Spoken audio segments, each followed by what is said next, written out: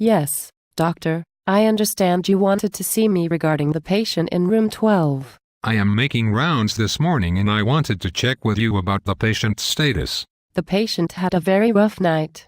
He spent most of the night agonizing in pain because you neglected to write orders for any pain medication.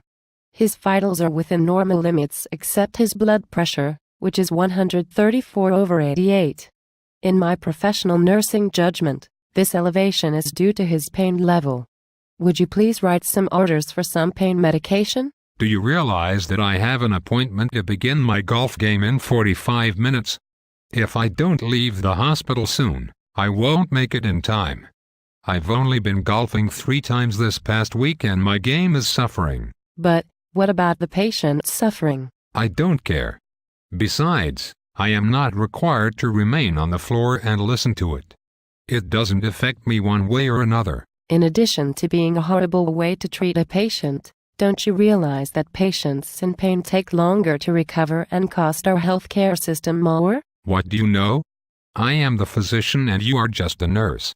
You are lucky even to be speaking with me in the first place.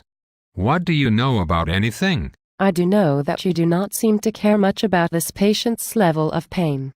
I also know that after surgery a patient can develop atelectasis because of the surgical anesthetics used.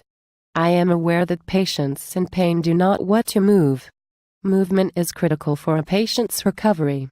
Also, patients with intractable pain do not have full lung expansion because it hurts. These factors can all lead to costly complications. Does any of this concern you, doctor? Not really. As long as I get my reimbursement, I am happy. If you have nothing further, I'll be off to test out my new 9-iron.